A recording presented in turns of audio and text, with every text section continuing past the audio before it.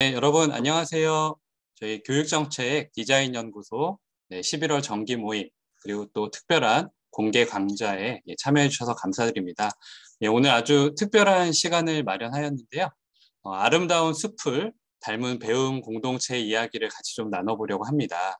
예, 여러분 잘 알고 계시는 인창고 이야기가 펼쳐질 예정인데요. 한 사람이 어떻게 학교에 스며들어서 학교의 문화를 만들어갔는지, 또 교육 정책이 어떻게 학교 현장에서 구현되고 있는지, 또 구성원 모두가 또 주체가 되어서 움직이면서 함께 실현되어 가는 그런 교육 공동체 이야기들이 오늘 펼쳐질 예정입니다. 예, 저희 인창고등학교 교장 선생님으로 계셨고 현재 돌마고에 계시는 저희 김덕년 강사님을 오늘 특별히 저희 정기 모임 또 공개 강좌의 강사님으로 모셨습니다. 저희 김덕년 강사님을 큰 박수로 환영해 주시면 감사하겠습니다. 안녕하세요. 감사합니다. 환영 감사합니다. 지금 이 저녁 시간에 뭐 바쁘고 힘들고 그런 시간인데 대단하시네요. 이렇게. 근데 어떡하죠? 이게 제가 우리 김성천 소장님이 처음에 전화를 주셨을 때 뭐 대단한 거 없고 그냥 편하게 그냥 할 건데 어떡하냐고 그랬더니 그냥 편안하게 하면 된다고 그랬어요. 그래서 오늘 정말 편안함이란 무엇인가 그거를 한번 보여드리도록 하겠습니다. 일단 화면을 한번 공유를 좀 하죠.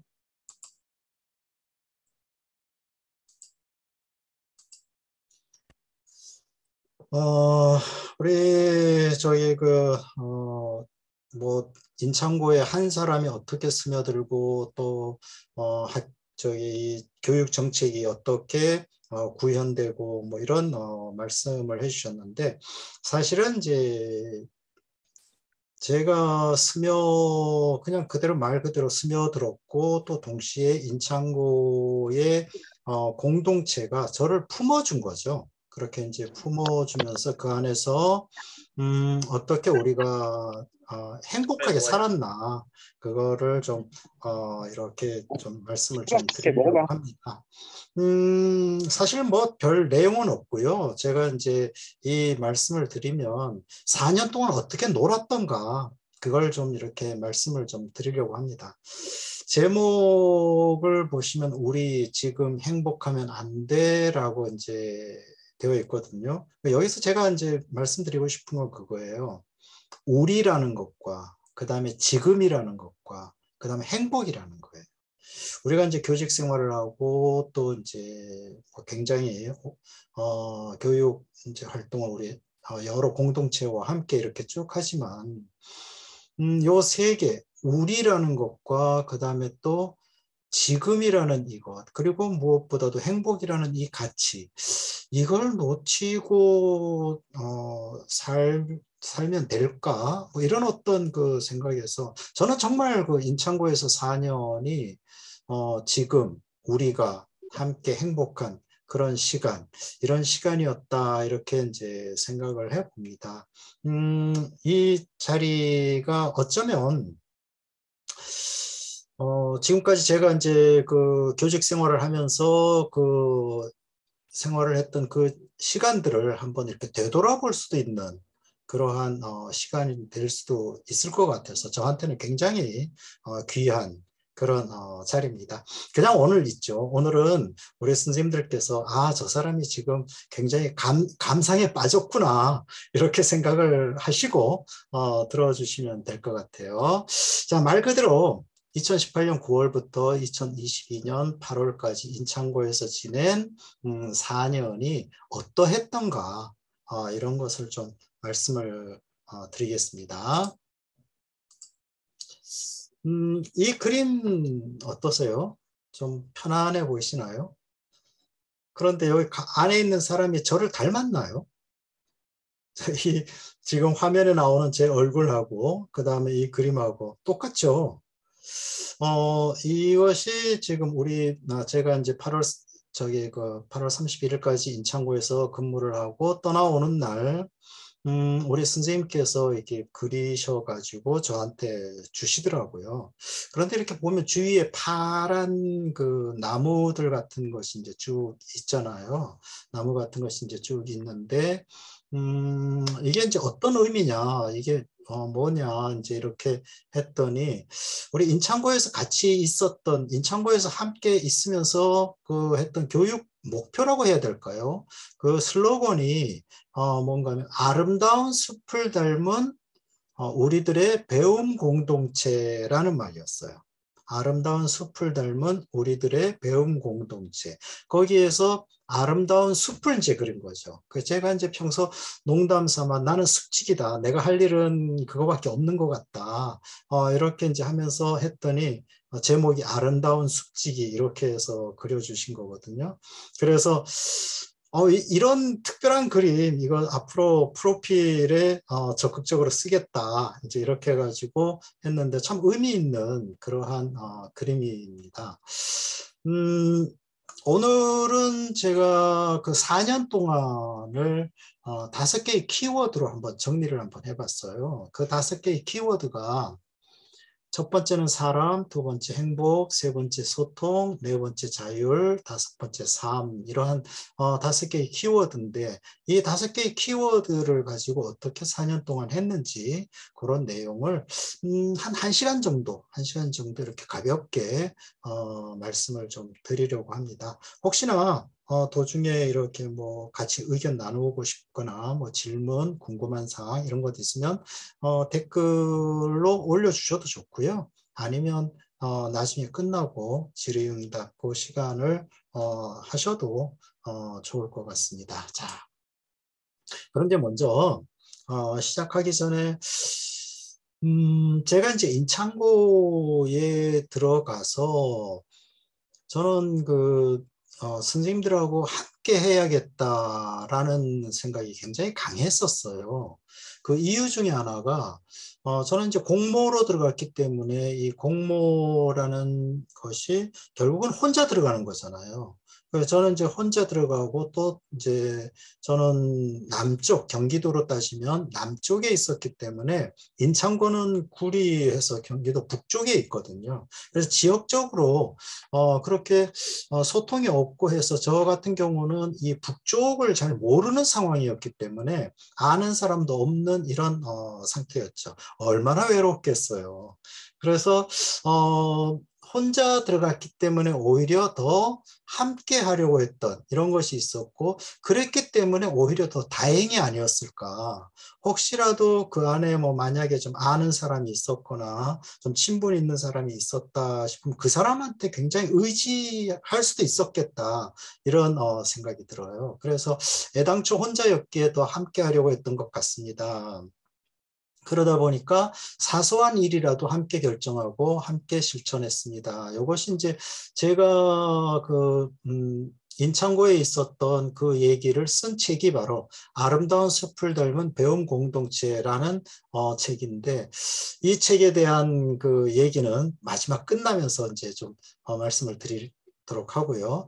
그 다음에 또 하나가 제가 오늘 말씀드리는 것은 인창고라는 그 학교에서 그 공동체, 사람들, 지역, 이것의 어떤 특별한 만남이었다고 생각이 드는데, 화시 살베리라는 그 사람이 이런 말을 했어요. 교육제도는 식물이나 나무처럼 복잡한 문화적 유기체여서 모국의 흙과 기후에서만 잘 자라날 수 있다라는 얘기를 했는데 요거 전에 이런 얘기를 했죠. 핀란드 교육제도를 다른 나라에서 이렇게 가져가고 어떻게 하면 그걸 잘 따라할 수 있을까 이런 얘기를 할 때 절대로 가져가지 말라 이런 얘기를 하죠. 바로 그런 것처럼 결국은 이 교육제도, 교육 문화 이런 것은 그 학교라는 그 특별한 그 상황이 있거든요. 그 상황하고 만나기 때문에 100개의 학교가 있으면 100개의 교육 문화가 있는 거죠.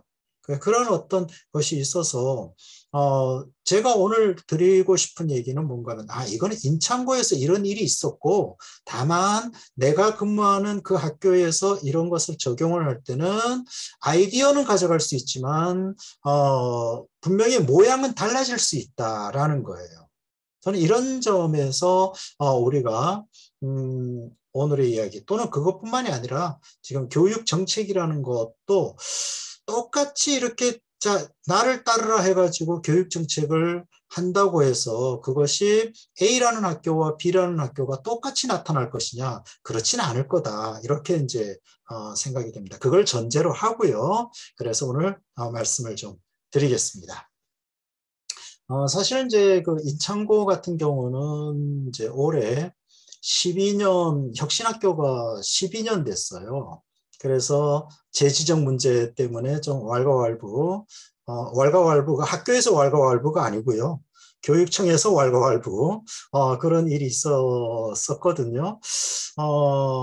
그 이제 다행히 그래도 이제 재지정이 됐고, 또 이제 공동체 선생님들이 그걸 또 잘 이어가겠다 이런 말씀을 하셨는데, 이걸 이제 펴나갈 때, 이 학교 혁신을 이제 끌어갈 때, 우리 스님들하고 약속을 했던 것이 무엇인가 하면, 인창고에서 그동안 계속해서 쭉 나온 여러 개의 이제 학교의 문화가 있을 거예요. 문화가 있는데, 우리가 지금 여기서 집중할 것은 저 같은 경우는 뭐, 다른 건 난 아예 모른다. 모르고 다만 학교 교육 과정에 대해서 조금 언급할 정도는 되니까 일단 학교 교육 과정에 대해서 우리가 집중을 한번 해보자. 이렇게 해서 학교 교육 과정에 집중을 했죠. 그런데 이렇게 학교 교육 과정을 집중하는 요 과정이 3년 걸렸어요. 그래서 이제 우리 학교만의 학교 교육 과정의 모습이 이제 완성이 이제 됐거든요. 그런데 학교 교육 과정을 만드는 그 과정에서 꼭 필요한 게 있더라고요. 그게 바로 무엇인가 하면 의사소통이에요. 이 의사소통이 안 되면 절대로 교육 과정이 만들어질 수도 없고 운영될 수도 없거든요. 그래서 이 의사소통이 굉장히 중요하니까 저절로 의사소통이 되고 학교 민주주의라는 이게 학교 민주주의인가? 이렇게 되는 거죠. 그러고 나니까 여기까지 오고 나니까 그 다음에 선생님들께서 뭘 고민하시는가 하면 그래? 내가 수업을 할 때 학교 공간이 이렇게 배치되면 좋겠어 라는 얘기가 나오기 시작하더라라는 거죠. 자연스럽게 교육과정이 나오고 학교 민주주의가 나오고 그 다음에 학교 공간 재구성이라는 이 부분까지 이렇게 나오는 것이 우리가 정책이 위에서 쭉 아래로 쭉 나가면서 뭐 그린 스마트니 뭐 이렇게 해가지고 막 몇 억씩 넣는 그런 것도 필요할지 몰라도 실제로 학교 안에서 쓰려고 하는 그 사람들이 요렇게 하면 어떨까 하면 실제로 돈도 그렇게 많이 안 들면서도 굉장히 학습에 효과적인 그러한 공간을 만들어갈 수 있겠더라. 그래서 여기까지 지금 이제 온 그런 상황이고 이제 저는 이제 떠나게 된 거죠. 이런 과정에서 결국은 어느 쪽이든지 그 학교에서 가장 필요로 하는 부분에서 시작을 하면 결국 학교 문화가 되는데 이 학교 문화가 여기에서 학교 문화로 되는 이 과정에서 우리는 가장 중요한 게 뭔가 하면 사람이다. 사람이고 그 다음에 이 사람과 사람의 어떤 관계 이런 관계에서 우리는 흔히 장면을 많이 본다. 그 장면을 많이 보는데 그게 장면이 아니다. 중요한 것은 맥락이다라는 거예요. 바로 이게 이제 무슨 얘기인가 하면요. 우리가 사람과 사람을 만나가지고 서로 이제 옆에 있는 동료라고 하더라도 또는 아이들하고 만날 때도 마찬가지인데요. 그럴 때 그냥 어떤 장면, 그 순간만 딱 보게 되면 오해가 생길 수가 있습니다. 그럼 저 사람이 왜 저렇게 했을까? 그 다음에 그 뒤까지 쭉 함께 보는 게 맥락이죠. 바로 이런 맥락을 살폈을 때 오히려 그 사람을 이해할 수 있고 또 많은 부분에는 함께 할 수 있는 이런 부분이 있다. 그래서 사람과 맥락이라는 것이 굉장히 중요하다라는 그런 것이고 결국은 이러한 과정을 거쳐서 교육 공동체가 성장하게 되는 이런 부분이 있다. 그렇기 때문에 학교 혁신이든 또는 어떠한 혁신학교가 아니라 하더라도 분명한 것은 그 학교에서 가장 필요로 한 부분에 사람들이 이렇게 모여가지고 같이 고민하고 이렇게 하는 과정을 통해 가지고 문화가 만들어지고 그 문화가 공동체의 변화를 이끌어가는 이런 부분이 생기더라라는 것이 제가 4년 동안 배운 거예요.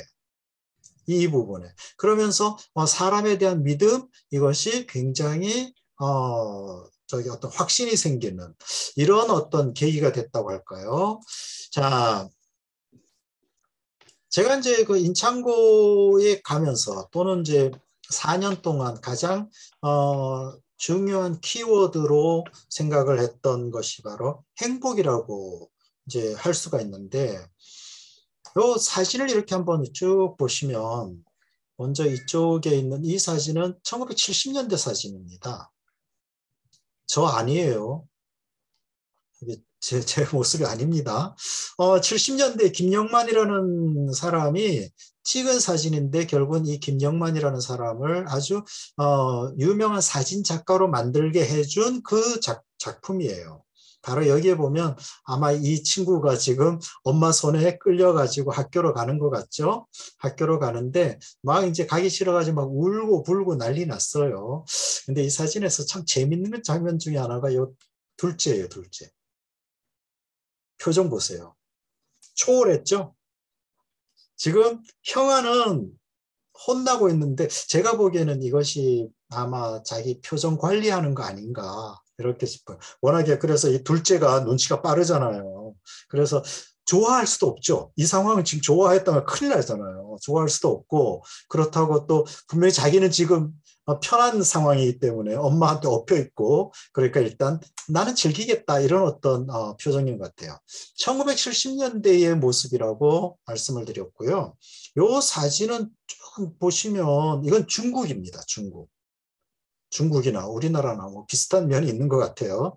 여기 이제 딸아이죠. 여자아이인데 아마 학교 가기 싫다고 막 버텼나 봐요. 막 버티는 그런 상황이 되니까 아빠가 오토바이 뒤에다 묶어버린 거예요. 짐 실듯이 이렇게 묶어가지고 이렇게 좀 위험하게는 위험한데 앞에 보니까 이 가방도 있네요. 이제 이렇게 해서 학교로 그냥 강제로 실어 나르는 거죠. 이렇게 된 겁니다. 한국이나 중국이나 학교라는 곳이 왜 이렇게 가기 싫은 곳인가. 근데 요 옆에 있는 이건 그림인데요. 이 그림은 18세기 덴마크의 학생 모습, 아이들의 모습이에요. 여기에 있는 이 꼬마도 이게 어떤 건가 하면 학교 가기 싫어서 막 우는 아이예요. 지금 이게 이제 그림으로 이렇게 그려진 건데, 야, 이거 보면 한국이나, 그 다음에 중국이나, 덴마크나, 18세기나, 지금이나, 왜 이렇게 학교는 가기 싫은 곳이지? 학교라는 것이 학생들도 그렇고, 선생님들도 그렇고, 학부모들도 그렇고, 즐거워야 되는 곳이잖아요. 즐거워야 되는 곳인데, 왜 이렇게 가기 싫을까? 그 다음에, 요 광고는 아마 잘 하실 거예요, 지금. 광고 잠깐. 학교 가기 싫다. 아이씨, 네가 선생님인데? 반가운 만큼 힘도 들지만 이 순간을 기다려왔잖아요. 다시 힘내자.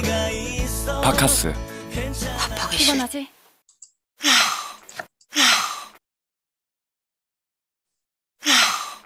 왜 안 넘어가죠?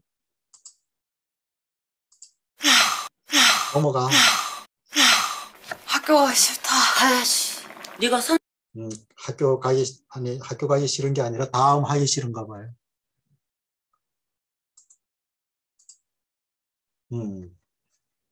지금 그 광고 같은 경우도 선생님이 학교 가기 싫다 이렇게 된 상황이잖아요.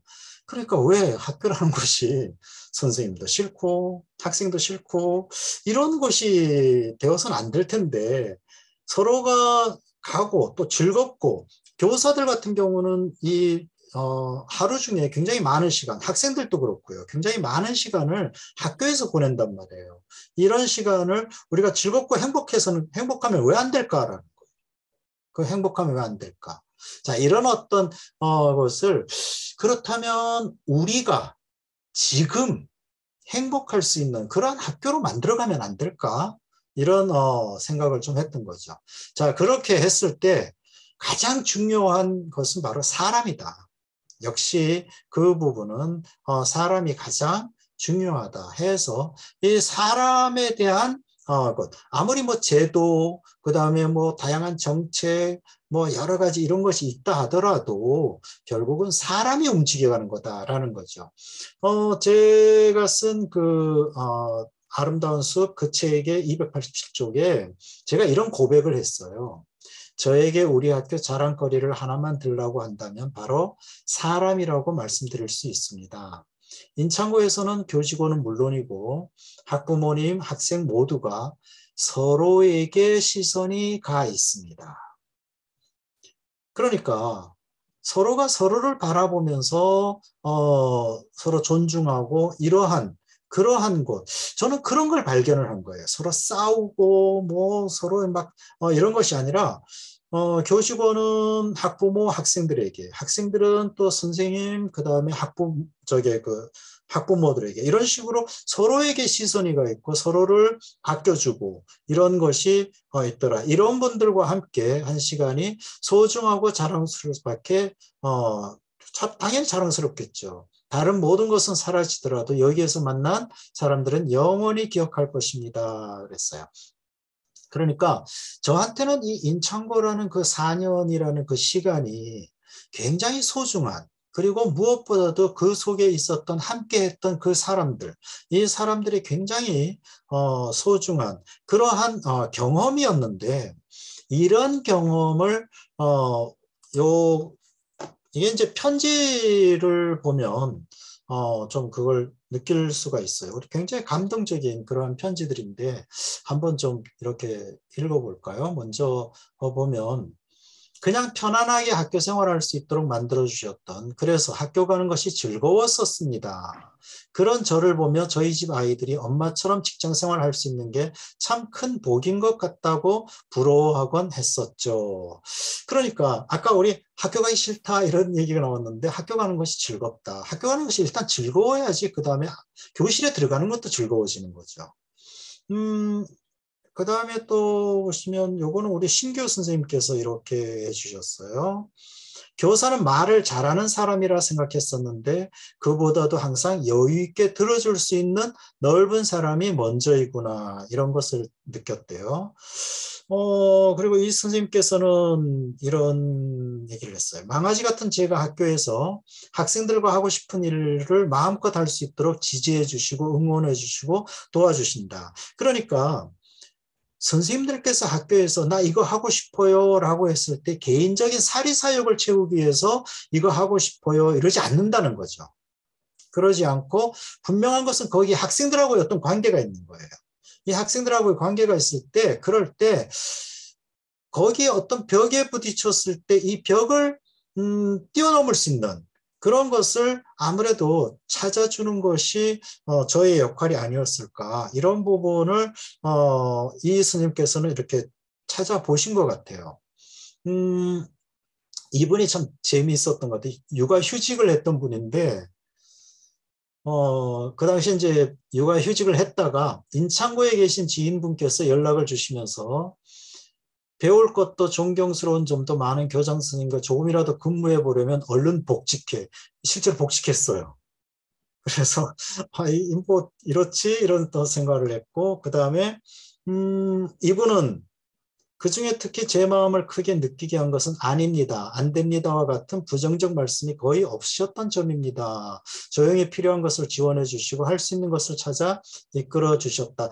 그러니까 결국은 선생님들한테 어떤 방법을 찾는, 그 선생님들이 하고 싶어하는 것에 대해서 방법을 찾아주는 것, 여기에서 우리는 어떤 소통도 나오고 그 다음에 뭐 여러 가지가 나올 수 있었던 것 같아요. 그런데 저는 이러한 편지들의 여러 가지가 참 좋았지만 제가 정말 좋아했던 것이 바로 뭔가 하면 이거였어요. 선배교사라는 단어였어요. 선생님들께서 저한테 선배교사 이렇게 딱 하는 순간, 이걸 딱 보는 순간 나도 교사로서 인정받는구나. 교사로서 이분들이 받아들이시는구나. 이렇게 이제 생각을 했던 거죠. 그래서 너무 고마웠고요. 그 다음에 뭐 관리자에 대한 편견을 깨주셔서 고맙다 뭐 이렇게 이제 했는데, 관리자에 대한 편견 워낙에 뭐 이런 어떤 부분이 쭉 보면 선생님들하고 이제 같이 이렇게 호흡하고 같이 이렇게 생활을 하면서 생겼던 그러한 어떤 신뢰, 이런 것이었던 것 같아요. 그런 신뢰가 있으니까 그 다음부터는 뭔가 하면 어떤 것이든지 스님들께서 원하는 그런 부분을 우리가 이제 모아가지고 함께 이렇게 갈 수 있도록 해주는 그런 것이 필요했죠. 그래서 어느 스님께서 이런 말씀을 하시더라고요. 그 전에 이제 뭐 굉장히 비협조적이고 이런 스님인데, 저는 그 스님한테서 그런 걸 전혀 못 느꼈거든요. 오히려 굉장히 이제 적극적으로 막 해주시고 그러셔가지고, 어느 날 같이 이제 이렇게 술 한잔 하면서 스님 굉장히 이제 그 열심히 해주셔서 너무 고맙다 이렇게 했더니, 이분이 딱 이렇게 하시더라고요. 제가 사실은 그 전에 굉장히 일종의 문제교사 그랬었는데 왜 그런지 아세요? 그러더니 저야 모르죠. 그랬더니 바로 상대적입니다. 그러더라고요. 상대방이 나를 인정해주기 때문에 나 역시 그 사람하고 똑같이 따라가면서 또 적극적으로 할 수 있게 되더라라는 그런 말씀을 해주시는데 너무 고마웠어요. 그 말씀 자체가.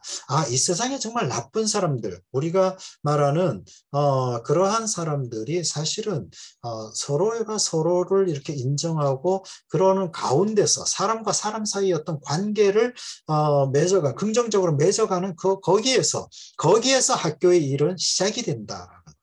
거기에서 시작이 되는 거다. 그래서 사람이라는 것이 굉장히 중요하다라는 거였고요. 그 다음에 이제 이건 자랑입니다. 오늘 저는 100% 자랑이라고 했어요. 이게 이제 기사로 나와가지고 어떤 기자가 이렇게 이제 했는데, 교장선생님에게는 아직 비밀인데 뭐 이렇게 해서 나온 게 이거였어요. 이게 감사패로 했는데 저는 이 문구가 너무 좋았거든요. 학생들을 아침마다 수줍은 미소로 반겨주시고 존경받는 선배 교사로 후배들의 어려움을 들어주시고 교사와 학생의 성장을 위해서는 모든 방법을 동원해 지원해 주신, 바로 여기까지. 그러니까 우리가 관리자든 뭐 학교에서 절대로 수직적일 필요가 없다라는 거죠. 수직적일 필요가 없고 제가 이제 이 인창고를 떠나면서 그 다음 교장 선생님한테 제가 이런 말씀을 드렸어요. 이제 저는 인창고에서 교장이라는 역할을 내려놓고 저는 교사로 돌아갑니다. 이런 말씀을 이제 드렸거든요. 저는 그 역할이라는 걸 생각을 했기 때문에, 그래서 이런 말씀들이 이제 너무 좋았고, 이런 과정에서 우리 스님들하고 같이 사람이라는 것으로 결국은 인창고를 만들어갔던 이러한 부분이 있었습니다. 그래서 인창고에서 학교 교육의 희망을 보았다. 저는 우리 인창고가 지금 이렇게 내서 문화가 어떤 뭐 혁신학교가 되든 안 되든 이런 것이 중요한 것이 아니라 인창고의 그 문화가 10년, 20년 이렇게 쭉 계속해서 내려가면 좋겠다. 그런, 제발 바깥에서 건들지 않았으면 좋겠다. 이런 어떤 생각을 좀 가지고 있습니다. 두 번째는 행복이라는 건데요. 제가 이제 우리 인창고만이 있는 그 수업이 하나 있습니다. 바로 뭔가 하면 덴마크 류슨스틴 고등학교하고 연결을 해서 국제교류를 하는데, 그걸 이제 교과 수업으로 만들었어요. 그게 바로 덴마크 문화의 이해라는 교과목이에요. 그 덴마크 문화의 이해라는 교과목에 들어가서 학생들하고 수업을 하면서 제가 이런 얘기를 해준 거예요. 사람 중심이라는 가치는 어느 날 갑자기 생기지 않습니다. 큰 불편을 겪을 수도 있고 성과가 더디 나올 수도 있고요. 그래도 왜 덴마크가 도시를 건설하면서 사람 중심 정책을 펼칠까? 도시를 불편하게 만드는 이유가 무엇일까? 그들은 어떤 가치를 지향하기 때문일까? 그들이 생각하는 행복이란 도대체 무엇일까? 수업 시간 내내 아이들에게 이런 질문을 해준 거죠. 덴마크라는 코펜하겐에 가면 참 차가 다니기 굉장히 불편한 도시다. 거기에 왜 그랬을까? 왜 그렇게 했을까? 이런 부분을 함께 생각을 해보고 그랬죠. 그러면서 저는 우리 친구들이 이 덴마크 문화이해라는 수업을 통해 존중, 행복, 세계 시민의 정신 이런 걸 배우면 좋겠다라는 수업을 했었죠. 저는 이게 우리들의 교육 정책에도 역시 마찬가지로 이런 부분이 좀 갔으면 좋겠어요. 성과만을 바라보면서 자꾸 그 성과가 어떻게 될까, 이 성과를 바라보면서 막 가다 보면 이제 급해집니다. 내 임기 중에 이루어야지. 뭐 또는 1년 안에 이루어야지. 뭐 이런 어떤 그것이 있다 보면 굉장히 급해지고 그걸 막 다그친다고 해야 될까요? 그런 부분이 좀 생깁니다. 그런데 사람 중심이 사람 하나하나가 성장하는 그런 모습을 바라보고 어떻게 하면 이 사람들이 행복하게 지낼 수 있을까 이런 부분을 바라본다면 분명한 것은 더디 가겠죠. 더디 가겠지만 그것을 맛본 그 사람들은 그것을 갖다 계속해서 가지고 갈 수 있다라는 측면 때문에 저는 사람 중심이라는 이것이 말만 사람 중심이 아니라 정말 그쪽으로 가는 것이 되면 좋겠다라는 겁니다. 그래서 이 행복을 찾기 위해서 우리가 어떤 것을 했는가 하면 학교에서 그래도 학교니까 학교 교육 과정을 우리가 바로 세워야겠다라는 이 부분을 초점을 맞춘 거죠. 그래서 학교 교육 과정을 어떻게 우리가 세울 것인가라는 건데 아까 그 과정이 3년 걸렸다고 말씀을 드렸죠. 학교 교육 과정의 가장 기본 틀을 먼저 만든 거예요. 그 기본 틀이 이겁니다. 우리 인창고 하면 딱 떠오르는 단어가 무엇인가요? 했더니 우리 스님들이 자율, 소통, 토론, 조화라고 말씀하시더라고요. 그래서 인창고의 특색인 거죠. 인창고가 자율, 소통, 토론, 조화고 바깥에 있는 것이 무엇인가 하면 5대 역량입니다. 자존감, 호기심, 책임감, 자주성, 삶과 연계. 이런 이 원리, 인창고의 그 원리와 역량이 합쳐지면서 선생님들은 무엇을 생각하게 되는가 하면 바로 선생님들의 교사 교육 과정을 운영을 하실 때 이 원리와 이 역량이 들어가게 되는 거죠. 그것이 들어가고 또는 이제 그 학교 안에 교육 활동을 설계를 할 때도 역시 이 원리와 이 역량이 들어가게 되는 겁니다. 그러다 보니까 인창고에서는 당연히 토론이라든가 이런 것도 자율적으로 하는 프로그램이 굉장히 많은 거예요. 이런 어떤 부분들 그러면서 행복한 학교가 행복한 삶으로 이어지는 이런 것이 기본 틀이에요. 기본 틀을 만들었으니까 그 다음에는 무엇이 필요한가 하면 정규교육과정, 정규교육과정에서 정규교육과정은 수업, 그 다음에 창체 이런 거니까요. 수업은 바로 다운 과정으로, 그 다음에 창체는 아름 과정으로, 그 다음에 진로 탐색은 숲 과정으로 이렇게 구분을 지어 놓는 거예요. 구분을 지어 놓고 이 부분으로 움직이면서 이것은 바로 어떤 그 스스로 서는 삶, 미래로 나아가는 삶 뭐 이런 식으로 그 목표를 갖게 되는 거고 예를 들어서 뭐 학기 말 끝나고 막 이제 어수선한 그 시기는 숲 과정이 운영이 되고 뭐 이런 식으로 이제 되는 거죠. 그 다음에 이거는 이제 정규 교육 과정이 프로그램이 이런 식으로 되는 거고 교과관은 어떻게 되는 가 기초교과와 탐구교과, 창의융합교과와 학교특성교과가 상호 영향을 주면서 기초교과와 탐구교과는 우리가 그래도 일반고고 학부모들은 대학 입시에 대한 얘기도 하니까 기초교과와 탐구교과에서는 굳이 어떤 형태를 선생님들께서 수업의 형태 뭐 이런 거 가지고 고민하지 마시고 선생님들께서 가장 잘하는 방식으로 하시면 된다. 대신에 창의융합교과와 학교특성교과는 프로젝트 수업 이런 쪽으로 하고 이 프로젝트 수업의 핵심 주제는 기초교과와 탐구교과에서 가지고 온다. 이렇게 약속을 하는 거예요. 약속을 하면 기초교과와 탐구교과를 조금 더 깊이 있게 학생들이 프로젝트 수업을 이렇게 해나가면서 깊이 있게 이제 탐구하는 것은 창의교과와 학교특성교과 쪽으로 들어가게 되는 거죠. 그런 식으로 상호 영향을 주게 되는 이거는 그러니까 교과관 어떻게 어떤 역할을 할 것인가 그런 부분이 되는 거고 학생은 1학년에서 3학년 될 때까지 이런 과정을 통해 가지고 우리가 학습을 하면 좋겠다라는 겁니다. 그래서 가장 기본 틀이 나오고 그 기본 틀을 정규 교육과정 안에서 이렇게 구분을 짓고 교과 간에는 이렇게 서로 역할을 나누고 학생들은 이렇게 3년 동안 간다. 이것이 이제 가장 기본적인 학교 교육과정이고 이걸 채워주는 것이 바로 교사 교육과정이 되는 거죠. 그래서 선생님들께서는 이런 부분을 이것을 학교 교육과정을 틀로 해서 교사 교육과정을 풍부하게 또는 이제 창의적으로 그렇게 움직여 가시는 거고 학교에서는 자 그렇다면 올해 우리가 어느 부분에 중점적으로 추진할까라고 하는 중점 추진 과제 이렇게 이제 정리가 되는. 그래 이런 것이 바로 학교 교육과정이에요. 그렇게 뭐 거창하지도 않고 누구나 다 그냥 우리가 이렇게 합시다라는 그 약속이죠. 공동체가 함께하는 그런 약속. 이런 약속을 하고 그러면 이제 틀이 어느 정도 완성이 됐잖아요. 그럼 이런 틀이 완성이 되니까 결국은 이런 것이 이제 나오는 거죠. 이 친구 같은 경우를 보면 이 친구는 인문계 친구예요. 인문계 친구인데 기하, 미적분까지 공부를 한 거예요. 그러니까 결국은 이게 뭔가 하면 기하, 미적분까지 자기가 선택할 수 있으니까 이렇게 할 수 있는 거잖아요.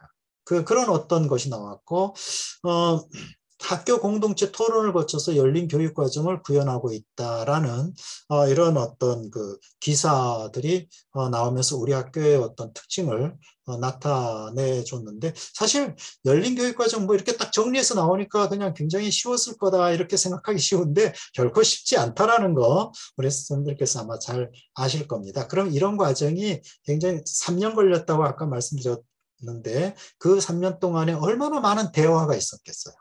굉장히 많은 그 대화가 있었을 거고 그 다음에 이제 이거는 이제 진동석 이사가 와가지고 우리 선생님들 인터뷰하면서 하고 우리 학생들이 어떤 그 교육 과정에 대한 세상을 보는 시야가 넓어졌다라는 것에 대해서 얘기를 하고 결국은 내일 신문에서 이렇게 이제 전면에다가 실어지고 이게 또 교육부에도 자료집으로 나갔다 그래요.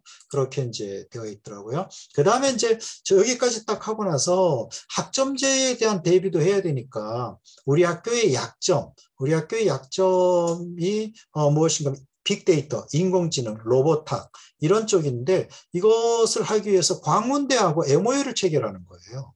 그래서 MOU를 체결해서 주문형 강좌라든가 이런 부분은 광운대학교하고 계속해서 하고 그 다음에 우리 학교 앞에 구리시 청소년 재단이 있거든요. 가까워요. 그래서 요 MOU를 체결해 가지고 이쪽은 창체 쪽을 할 수 있도록 이렇게 이제 하는 거죠. 이렇게 이제 쭉 준비를 해놓고 그 다음에 이제 왔는데 학점제가 좀 잘 가면 좋겠다 이런 생각이 듭니다. 왜곡되지 않고. 자, 그 다음은 이제 소통입니다. 우리 스님들 잠깐 여기서 설득이 뭘까요? 설득.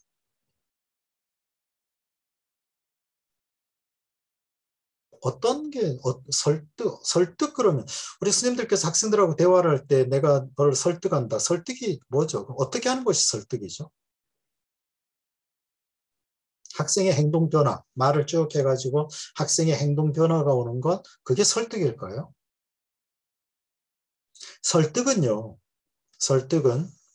대화를 하는 사람이나 그러니까 쌍방 양쪽이 서로 자기 견해, 자기 생각을 포기하고 수정할 수 있을 때 설득이 되는 거예요. 서로가. 그러니까 다시 말씀드리면 서로 막 대화를 하면서 내 뜻을 또는 상대방도 역시 마찬가지로 뜻을 접고 합의를 만들어가는 그 과정. 그 과정이 설득이지. 권력을 가진 사람 또는 어떤 힘 있는 사람, 이 사람이 말을 꺼내가지고 다른 사람이 그냥 받는 것, 이건 설득이 아니에요. 우리는 그걸 설득이라고 생각하는 경우가 참 많거든요. 그런데 그게 아니고 설득은 언제든지 내 의사도 접을 수 있고 상대방의 의사가 더 견해가 더 좋으면 당연히 그쪽도 따라가는 거고 아니면 서로가 수정해서 새로운 걸 만들어내는 것. 이것이 바로 설득이고 그 설득이 이루어지는 것이 바로 소통입니다.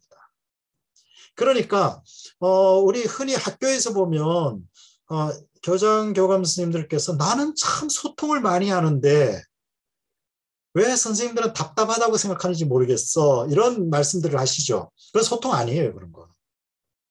그러니까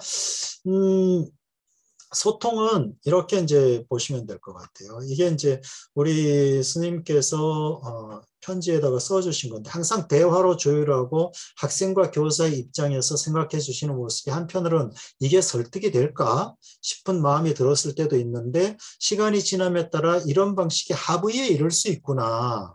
학생들에게도 기다려주고 설득하면 될 수도 있다는 희망을 보았다라는 그런 부분에서 사실 이렇게 하면요 굉장히 오래 걸려요.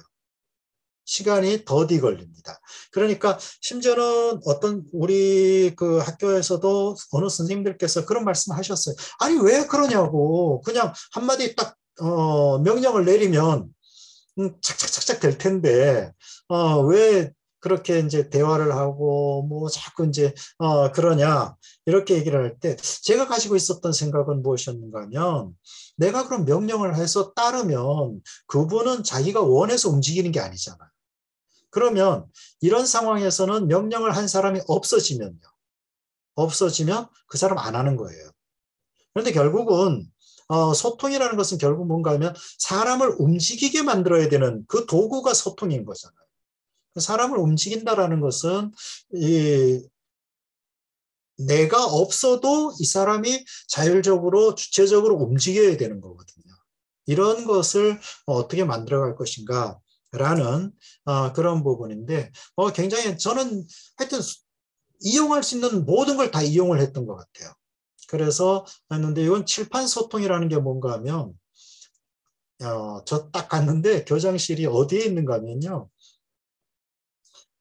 학교의 제일 구석에 있어요. 교장실 문 딱 닫으면요. 완전히 외로운 그 어디 섬나라 딱 이렇게 되는 그런 곳이거든요. 그리고 또 상당히 어둡고 좁고 그런 곳인데 참 그게 답답했어요. 그래서 문을 항상 열어놨어요. 문을 이제 열어놓으면 스님들도 뭐 언제든지 들어오시고 또 학생들도 언제라도 들어오고 이렇게 되는데 그러다가 그 교장실 앞에다가 칠판을 달았어요. 칠판을 달고 그 칠판으로 바로 이제 이 소통을 하는 거예요. 거기에 낙서를 하게 그렇게 이제 쭉 했는데 이것이 이제 쭉 이런 어떤 과정이 쭉 오면서 학생들이 자기네들이 이런 어떤 의견이라든가 이런 부분을 그게 이제 이루어지는 걸 이제 보게 된 거죠. 보는 그 어떤 과정이 있는데 하나 예를 들면 이런 거예요. 인창고는 길 위의 학교라 그래가지고 주제 통합 기행을 갑니다. 이제 2박 3일로 학생들이 팀을 만들어 가지고 자기네들이 장소, 그다음 프로그램 이런 것을 정한 그 이제 수학 여행 대신에 이제 그걸 떠나는데 올해 그러니까 2022년에 이제 떠날 때 우리 학교는 그 팀을 어떻게 구성을 하는가 하면 팀은 주제에 따라서 학급을 벗어난 학급을 뛰어넘은 그러한 구성을 합니다. 그러니까 학급이 아니에요. 그냥 이제 그 주제에 동의하는 친구들이 이제 모이는 거예요. 모이는 건데, 그러니까 2학년 선생님들이 우리는 팀을 그렇게 구성할 거야 했는데 그날 저녁에 요 칠판에 포스트잇이 그냥 쫙 붙었어요.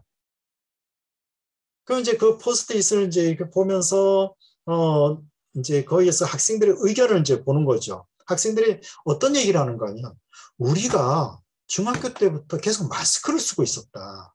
마스크를 쓰고 있어서 같은 반이라 하더라도 얼굴조차 모른다. 그런데 같은 반 아이들이 적어도 나하고 같이 심지어는 짝도 없는 거죠. 코로나 때문에. 짝도 없는 그런 상황에서 지금 이런 어떤 길 위에 그 학교라는 이 취지도 참 좋지만 짝은 좀 우리 학급 아이들은 좀 알아야 될 것 아니냐. 그래서 주제를 정하고 뭐 팀을 만들고 이건 다 할 테니까 학급 안에서 팀을 구성할 수 있도록 그렇게 좀 해달라라는 내용이었어요. 그래서 선생님들이 또 긴급히 회의를 해가지고 맞다. 어느 정도 이게 또 타당하다 해서 올해는 그걸 바꿨어요. 바꿔가지고 역시 방식은 똑같고요. 그런 식으로 해서 갔던. 그러니까 결국 이제 이것이 어떤 의사소통의 장소가 되는 거죠. 이런 어떤 부분이 있었고, 그 다음에 이제 요것은 제가 이렇게 현관에서 계속 인사를 하는데, 모닝 천사가 안 보인다, 지각이다. 이게 무슨 얘기인가 하면, 제가 이제 9시까지 인사를 하는 거예요. 아침 맞이를 이제 9시까지 쭉 하고, 9시가 되면, 뭐 운동장 한 바퀴 이렇게 돌아보고, 교실도 돌아보고, 이렇게 되니까 제가 없잖아요. 그러니까 아이가 이렇게 오다가 제가 안 보이니까 9시 넘었구나, 지각이다. 그 얘기인 거예요. 이게. 그런 어떤, 그래서 이걸 또 시로 이렇게 써가지고 해서 수업 시간에, 수행평가 시간에 이걸 학생이 이제 제출을 했는데, 이 선생님이 수줍다고 이제 저한테 보여주고 싶은데 수줍어서 못 가져가겠다 하니까 다 옆에 있는 선생님이 이걸 그냥 들고 와서 저한테 보여준 그런 거고요. 뭐 이런 어떤 것을 통해 가지고 하여튼 톡방을 이용한다든가, 이건 밴드, 우리 이제 학부모 밴드죠. 학부모 밴드인데 지금은 여기에서 다 나왔습니다. 나온 그런 것을 하여튼 이런 것을 통해 가지고 소통을 쭉 이어가는 그런 것이었고, 그 결과로 나왔던 것이 인창고 공동체 존중의 약속이라는 참 귀한 결과죠. 3주차 회의에서 한 2달 정도 이렇게 협의를 하면서 서로가 어떻게 존중의 약속을 할 것인가 라는 그런 내용인데, 여기에 보면 이런 거예요. 뭐 그렇게 대단한 내용은 아닙니다. 큰 내용은 아닌데 일상적인 것이거든요. 학생회는 학생들한테 의견을 다 듣고, 학부모님한테 바라는 거, 부모님한테 바라는 거, 선생님한테 바라는 거, 뭐 이런 거, 또 선생님들은 학생한테 바라는 거, 학부모들한테 바라는 거, 이런 식으로 해가지고 쭉 의견을 모아가지고 3주차 회의에서 모여서 자, 이런 게 나왔는데 어떻습니까? 이건 받을 수 있습니다. 이건 못 받습니다. 이게 이제 서로 이제 해가지고 합의가 이루어진 거예요. 하나의 예를 보면 이런 게 있잖아요. 수업 시간에 핸드폰을 수업 도구로 활용하지 않을 때는 보이지 않게 넣어두고 수업에 집중하겠습니다. 라는 것이 있잖아요. 그러니까 핸드폰을 안 걷는 거예요, 우리는. 핸드폰을 안 걷고 학생들 스스로가 이렇게 약속을 하는 거죠. 물론 이렇게 하면 그럼 100% 지킵니까? 아니, 100% 지키지 않을 수도 있죠. 뭐 아이들인데요. 그런데 다만 한 가지 어떤 것이 있는가 하면 이런 말이 나왔기 때문에 학생들 스스로가 자기 친구들의 눈치를 본다는 거예요. 자기 친구들의 눈치를 보고, 학부모들도 마찬가지로 눈을 맞추며 대화를 더 많이 하겠습니다. 이런 말씀을 하시면서 그런 얘기 하시더라고요. 아, 맞아요. 우리가 아이하고 눈을 맞췄던 기억이 별로 없네요. 이런 얘기도 막 하시고. 우리 학교에서는 성적이 부진해도 사회의 다양한 구성원으로 살아갈 수 있는 길을 제시하여 어느 위치든 자존감을 가질 수 있는 교육을 하겠습니다. 라는 이런 약속을 쭉 해서 그 약속이 저기 현관에 들어가면 걸려 있습니다. 뭐 이런 것이 이제 기사로 나온 그런 거고요. 그 다음에 이제 이렇게 이제 쭉 해서 뭐 나오는데, 참 중요했던 것이 자율이었어요. 자율이라는 바로 이 부분이 있는데, 이 자율이 이제 존중이 돼야지, 자율이 이제 보장이 돼야지 사실은 주체성을 가지고 움직입니다. 그리고 이 자율성이 바탕이 됐을 때, 이 확장성은요, 굉장히 상상 이상이에요. 우리는 이거 자율성을 줬어. 학생회에다가 자율성을 줬을 때 잘 될까? 그런데 굉장히 상상 이상으로 또 잘 안 되면 또 어때요? 그래서 스스로 하는 힘은 자율성을 바탕으로 빛을 발합니다. 이는 다시 확장성을 갖게 되고요. 공동체 모두가 자율성을 바탕으로 주체적으로 움직입니다. 그러다 보니 성과는 우리 예측을 훨씬 뛰어넘었지요. 온라인 국제교류 과정은 물론이고 교사들이 분기별로 진행한 수업 나눔에서 성찰은 우리를 한 단계 더 성장하게 하였습니다. 이렇게 이제 했는데 하나 보여드리면요. 이 학생들이 자기네들이 좋아하는 것을 따라가지고 학교 안에 있는 교육 프로그램을 가지고 최대한 그걸 이용해서 자기네들이 이제 자기 진로를 찾아가는 거죠. 저는 이 친구가 참 기억에 나는 그런 친구고, 그런데 이 친구가 뭔가 우리 학교 졸업하고 바로 이제 미국에 있는 대학에 우리 학교에서 공부해가지고 미국에 있는 대학으로 진학을 한 거예요. 한국에 있는 대학이 아니라 미국에 있는 대학에 진학을 했어요. 그래서 이제 이게 너무나도 특이한 그런 친구인데 이 친구가 뭘 했는가 하면 바로 덴마크 문화의 이해라는 그 수업, 이 수업을 통해 가지고 자기 꿈이 나왔던 그런 거죠. 그러면서 덴마크에 이 친구가 우리가 이제 1월 달에 덴마크에 가거든요. 1월 달에 덴마크에 가면 덴마크에서 1월 달은 거기서는 수업을 해요, 거기는. 그 학교가 우리는 방학이지만 거기는 학교가 아니기 때문에 거기에서 아이들하고 같이 들어가서 수업하는 거예요. 같이 들어가서 수업하고 홈스테이를 하면서 그 학부 부모들하고 대화도 하고 친구들하고 대화도 하고 이런 과정을 통해 가지고 자기 꿈이 맞다. 나는 한국이 아니라 세계로 나가야겠다 해서 이 친구들이 바로 그 세계로 이 시선을 돌릴 수 있었다. 저는 이게 굉장히 우리 학교에 아주 그 소중한 그러한 소득이라고 보고 있어요. 일반고라고 해가지고 세계의 눈을 돌릴 수 없다?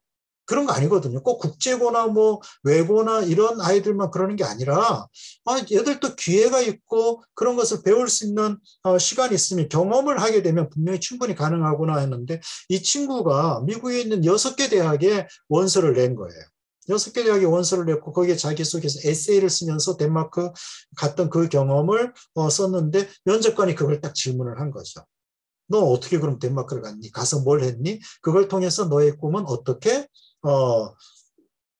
키워갔니? 이런 얘기를 쭉 했는데 이 친구가 너무나도 거기에서 대답을 했고 이 친구가 자랑스럽게 이런 얘기를 해요. 자기는 그 해외 대학을 이렇게 소개해주는 뭐 연결해주는 그런 뭐 학원 뭐 그런 게 있다 그러대요. 근데 거기를 안 하고 학교에서 정말 이 친구가 이제 그 다른 아이들이 모의고사 볼 때 학교 우리는 면학실이라고 그랬는데 거기에서 혼자서 이렇게 공부하는 모습을 봤거든요. 그런 어떤 부분을 통해 가지고 바로 이 부분에서 이 친구가 이제 자기 꿈을 키워나가고 그러는데 얼마 전에 이제 어떤 일이 있어가지고 제가 이 친구하고 이제 통화를 했는데 영국에 가서 기숙사에 가 있다고 그래요. 그래서 웬 영국이야 그랬더니 미국에서 바로 방학 동안에 영국에 있는 뭐라 그러죠? 그거를 방학 기간 동안 움직이는 서머스쿨 같은 거, 거기에 이제 가서 자기가 이제 공부를 하고, 그 다음에 또 덴마크에 가서 그때 홈스테이 했던 그 친구들 또 만났다. 그러니까 이 친구는 어떤 친구가 이제 전 세계가 두렵지 않은 거예요. 그냥 막 이렇게 움직일 수 있는 그러한 친구더라고요. 자, 그 다음에 저는 이제 우리 선생님들이 했던 이 수업 나눔의 그 경험의 이 확장성을 좀 말씀을 드리고 싶은데, 우리가 수업 나눔, 이게 의무적으로 왜 수업 나눔을 해라. 그렇게 되고 서로 이제 하고 나면, 스님 수업은 어땠고, 뭐, 어떻게 이런 얘기들 하시잖아요. 그런데 2주 동안 수업 나눔을 했거든요. 한 주는 원격, 한 주는 대면 수업에서 이렇게 들어가서 수업을 하시고, 그 수업에서 느낀 것을 이렇게 패들렛, 거기에다가 이렇게 이렇게 올려놓으면 같이 또 볼 수 있는 그런 건데, 그리고 이제 마지막 날 28일 날 대면으로 만나가지고 그 수업 나눔을 하는데 저는 놀랬던 게 이거예요. 그 자리에서 나온 선생님들의 이야기가 수업은 토론식 수업이야. 토론식 수업 하려면 어떻게 해야 되지? 뭐 프로젝트 수업은 어떻게 하면 좋을까? 이걸 고민하는 게 아니죠. 그게 아니고 수업의 본질. 수업은 질문이야. 그렇구나. 수업은 연계다. 수업은 확장이다. 수업은 깨달음이다. 수업은 참여다. 수업은 배움이다. 이 얘기가 그 자리에서 나오더라라는 거예요. 그러면 사실은 이 자리 자체가 그 어떤 교육학 시간, 대학 그 시간보다도 훨씬 더 소중한 그런 시간이죠.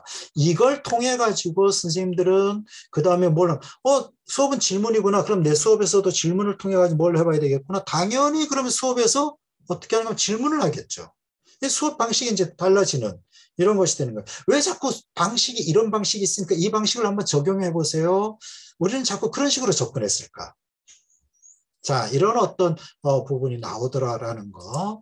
그 다음에 요거는 이제 그 1학기 끝나면서 2주 동안 했던 그 내용에서 수업 나눔을 바로 이런 거예요. 학생들하고 여기 이제 숲 과정이 움직이면서 한 건데 가장 의미 있었던 방학 전 2주 학생들이 열심히 참여했다.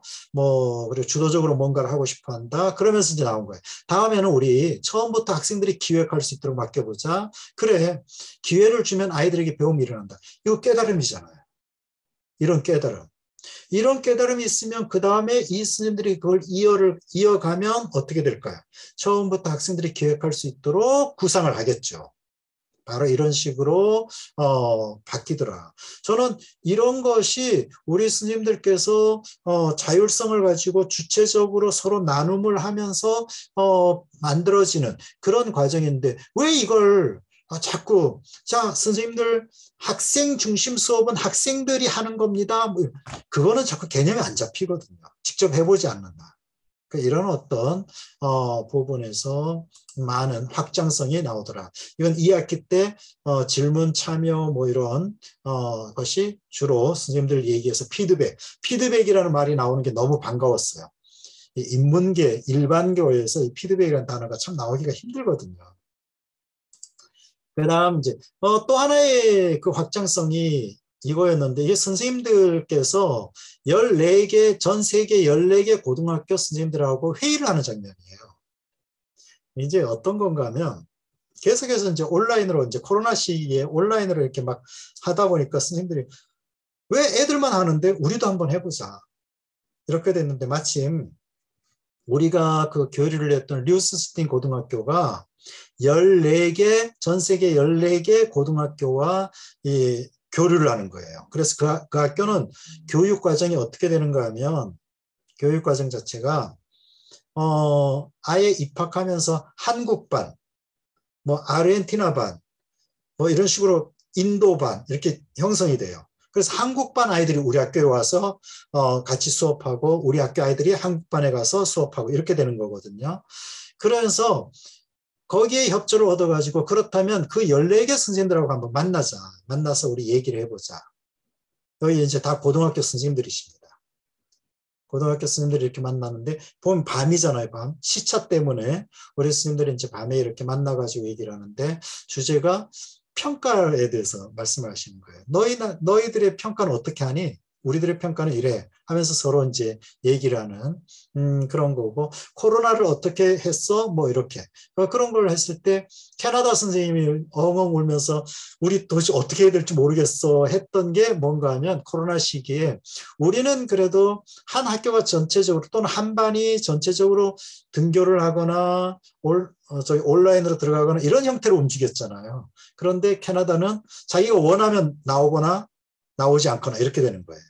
그러니까 이 선생님이 걱정했던 게 도대체 애들 어떻게 하라고 막 이런 어떤 그런 것을 가지고 얘기하는 그런 것이 있었는데 자 이런 어떤 그 경험이 이거 누가 어디 뭐 막 해가지고 움직이세요 이런 어떤 상황이 아니라 선생님들께서 자발적으로 이렇게 해나가는 그런 모습이 너무나도 좋았다라는 겁니다. 바로 자율성이라는 이 부분에서 주체적으로 할 수 있도록 대신에 여기에서 우리가 어떻게 지원을 하고 이런 것. 그럼 거기에서 조금 저 같은 경우는 제가 볼 수 있는 건 뭔가 하면 행정적인 것, 예산 뭐 이런 것을 한꺼번에 볼 수 있는 그런 것이 있으니까요. 그런 부분을 얘기를 해주는 거죠. 자,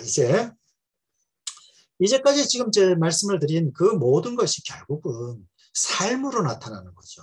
우리 그 모든 것이 다 삶으로 나타나는 것인데 제발 이 삶이 별도의 것인 양 그렇게 하지 말자. 삶이 참 중요하다라는 것인데 저는 우리 모두가 이런 역할을 했으면 좋겠다라는 한 깨달음이 내 마음속으로 걸어 들어와 내 모든 행동으로 옮겨지고 그것이 다시 많은 사람에게 옮겨지는 아름다운 감염의 경로. 선한 영향력이라고 해야 될까요? 그 선한 영향력, 아름다운 감염의 경로. 그러니까 이런 어떤 부분에서 서로가 서로에게 영향을 주고받을 수 있는 나를 따르라가 아니라 서로가 서로에게 영향력을 주고받는 그렇게 하려면 어떻게 해야 되는가 하면 상호 존중을 해야 되는 거예요. 저 사람이 인정이 되고 저 사람의 존재라는 그 가치 자체가 상당히 의미가 있다라는 것이 전제가 돼야 되는 거예요. 절대로 수직적이 되거나 이렇게 되면 이거는 안 됩니다. 같은 동등한 그런 위치에 있을 때 아름다운 감염의 경로가 생긴다. 그래서 우리 아이들도 어디 가서도 굉장히 자신 있게 이런 얘기를 합니다. 막 이제 혁신학교 공부 안 시키는 학교다 막 이런 얘기들이 막 나오니까 아 말도 안 돼. 이제는 엉덩이로 하는 공부가 전부인 시대가 아니에요. 이렇게 막 하는 그런 아이들의 목소리 이런 것이 나왔고요. 제가 이제 느꼈던 건 그거였었어요. 이거는 이제 꼭 혁신 교육은 이 말을 빼고 어떤 살아있는 학교 교육 이렇게 해도 될 것 같아요. 이런 교육은 살아있는 생명체다라는 게 전제입니다. 학교가 자율적으로 나아갈 수 있도록 내버려두라. 제발 이게 좋은 거니까 너희들 이거 해라. 그게 아니라 좋은 것이 있으면 야 이런 게 있네? 거기서 그쳐라. 그치고 하고 안 하고 이런 부분은 학교에서 또는 선생님들이 또는 학생들이 할 수 있도록 그걸 선택할 수 있도록 그렇게 해주면 좋겠다. 3주체는 연속성과 확장성으로 자가 발전한다. 이 3주체가 상당히 소통에서 굉장히 중요한 역할을 해요. 이 3주체가. 100개의 혁신학교는 100개의 모델을 만든다. 아까 제가 앞부분에 처음에 도입 부분에 그런 말씀드렸죠. 100개의 학교는 100개의 모델이다. 절대로 모든 학교가 같지 않다. 그 다음에 무엇을 하는지는 몰라도 무엇인가 이루어지는 게 혁신학교다. 혁신학교는 끊임없이 새로운 문화를 만들어간다. 어느 한 사람의 힘이 아니라 교육공동체가 함께 만들어간다. 저는 이게 참 소중하고 이게 너무나도 절절하게 느꼈던 4년이었다라는 겁니다. 이런 어떤 모습, 그 중에서도 한 사람의 힘이 아니고 교육공동체가 함께 만들어갔던 그런 것이 바로 중요했던 그러한 경험이었다. 이게 이제 인도의 실키라는 분이 그린 웹툰 그건데요. 한번 나 땡땡 안 괜찮아 이런 거예요. 그래서 난 괜찮아의 뜻이기도 하고 나 안 괜찮아 이런 뜻이기도 하고요. 그런 건데 전부 다 이렇게 그림이니까요. 재밌게 볼 수가 있는데 제가 이제 이런 강의를 하거나 학생들하고 대화를 할 때 이걸 참 많이 인용을 하는데요. 한번 보세요. 이 친구가 다른 데로 가잖아요. 그러니까 이 사람이 이렇게 얘기를 합니다. 야, 왜 그쪽으로 가? 다들 저쪽으로 가는 거 안 보여? 전부 이쪽으로 가죠. 그쪽은 길이 아니야. 혹시 우리가 이러고 있지 않을까요? 우리가 이쪽으로 가는 이 친구한테 야, 그쪽 길이 아니야. 길인지 아닌지 우리 어떻게 알죠? 바로 이런 부분. 우리는 이쪽으로 가는 것이 옳다, 맞다 이러지만 어쩌면 이쪽으로 가는 이 모습이 또 새로운 것일 수도 있죠. 그러니까 이 친구가 이렇게 얘기를 해요. 계속 달릴 거야. 증명할 거야. 내 길도 맞다고. 그러면 이 친구를 위해서 우리가 뭘 해줘야 되느냐. 이 친구를 위해서. 이 친구를 위해서 물론 이 친구가 가다가 쓰러질 수 있죠. 이렇게 쓰러질 수 있어요. 그럴 때 손가락질하면서 거봐 내가 뭐라 그러지. 그게 아니고 이 친구에게 필요한 것은 바로 뭔가 하면 근육통 약이랑 자존감을 주세요. 자존감. 포옹과 위로도 잊지 마시고요. 제가 이제 그 4년 동안 느꼈던 것은 무엇인가 하면 이거였습니다. 우리 선생님들, 우리 학생들, 우리 학부모들 이분들에게 정말 중요한 건 바로 이 자존감이었다. 자존감. 그분들이 자존감을 가지고 있을 때 자율도 나오는 거고요. 또 동등한 지위에 서로가 서로에게 영향을 줄 수 있는 거고 존중도 나오는 거고 그러면서 소통, 행복이라는 이 키워드를 놓치지 않고 그렇게 생활을 한다면 바로 학교라는 이 공간이 바로 어떤 새로운 모습, 그런 모습으로 만들어지지 않을까 이렇게 생각을 합니다. 지금까지는 이제 그렇게 인창고에서의 얘기를 좀 쭉 했고 이제 이것을 이렇게 쭉 정리를 하면서 제 3도 한번 정리를 한번 해봤어요. 저는 이제 기록을 참 중요하게 생각하는데 우리가 살아가면서 이 기록이라는 것이 굉장히 중요한 그런 것인데 저도 어느새 책 많이 썼더라고요. 근데 그게 크게 이렇게 두 개로 나뉘어져요. 처음에 이제 교육과정 수업평가 기록 일체화라는 요 책, 이게 2017년, 과정중심평가가 2019년인가 나왔고요. 교사 교육과정이 작년인가 이제 나온 그러한 책인데, 이쪽으로 쭉 보시면 이게 전부 다 교육과정 관련 책이죠. 교육과정 관련 책이고, 그 다음에 이제, 올해는, 요 교육과정 수업평가 기록 일체화 연구소, 이게 뭐 연구소가 아니고 밴드예요, 밴드.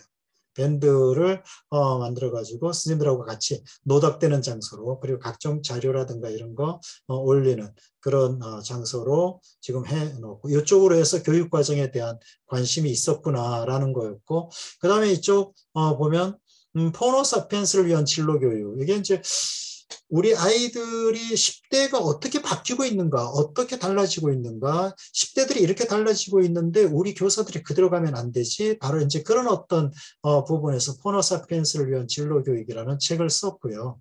그 다음에 요 아름다운 숲을 닮은 배움 공동체라는 이 책이 2022년 8월달 바로 인창고를 떠나면서 나온 그 책인데, 인창고 처음 가면서부터 썼던 일기입니다. 일기. 그 스님들하고의 생활 이런 것이 일기로 담아진 그건데, 이런 것을 쭉 보고 비상에서 원격 수업으로 만들자, 원격 강좌로 만들자, 이렇게 해서 나온 게 포노사피엔스를 위한 미래교육해서 15차씩. 그래서 아니 그게 뭐 무슨 원격이 될까 그랬더니 아니랍니다. 인창고 이야기 꼭 남겨야 된다고 이렇게 또 해주시더라고요. 어쨌거나 이렇게 삶의 기록이 이렇게 두 개로 정리가 될 수 있겠더라라는 그런 것이고, 이제는 또 어느 쪽으로 갈지 그건 또 이제 저도 잘 모르죠. 그 다음에 이거는 가장 최근에 우리 이제 읽어보면서 우리 스님들도 한번 읽어보시면 좋겠다라고 해서 권하는 그런 책입니다. 존재가 존재에 이르는 길 중에서 교육에 대한 그걸 고병현 씨가 쓴 그런 책인데, 이런 말이 참 좋았어요. 교육이 바로 서려면 가르치는 대로 말한 대로 살아가는 사람이 존재가 돼야 된다. 이 책의 세 가지 주제가 사람, 삶, 교육인 것도 이런 이유다. 그러면서 얘기해서 지금 이 순간 자기 삶에 최선을 다할 일이다. 이런 얘기를 쭉 해줘서 우리 스님들도 두껍지 않습니다. 굉장히 얇아요. 얇기 때문에 이렇게 재미삼아 보시면 좋을 것 같고요. 제가 이제 그 생활을 하면서 우리가 24시간 굉장히 바쁘게 지내시는 분들 참 많잖아요. 그래서 특히 우리 김성천 교수님 어마어마하게 바쁘시고 또 이제 활동적으로 하시는데, 그래서 권하고 싶은 게 뭔가 하면 이 덴마크 말로 휘게라는 말이 있습니다. 휘게. 휘게. 그래서 저는 이 4년 동안 인창고에서 생활을 하면서 휘게의 시간이라 그래가지고 저 스스로 약속했던 시간이 있어요. 그게 뭔가 하면 이 휘게의 시간은 오직 나한테 집중하는 시간. 그러니까 그게 휴식이든 뭐든 나한테 집중하는 시간. 그 시간을 하루에 5분 아니면 1시간 이걸 꼭 확보를 했어요. 그걸 확보를 해가지고 그 시간대는 절대로 다른 쪽에 안 주고 지냈던 그런 것을 휘게의 시간이라고 했는데, 이 휘게의 시간을 통해서 많은 책도 읽었고 글도 성찰의 글도 한번 썼었고 또 대화도 좀 많이도 했었던 뭐 그런 것이 있어서 우리 스님들께서도 이 휘게의 시간 그리고 또 기록이라는 이런 부분을 좀 해보시면 어떨까 싶습니다. 이렇게 해서 제가 그냥 이렇게 편하게 말씀드리는 이런 내용은 여기까지 하겠습니다. 하여튼 들어주셔서 너무나도 감사드리고요. 뭐 그렇게 저렇게 뭐 여기까지 왔습니다. 예, 고맙습니다.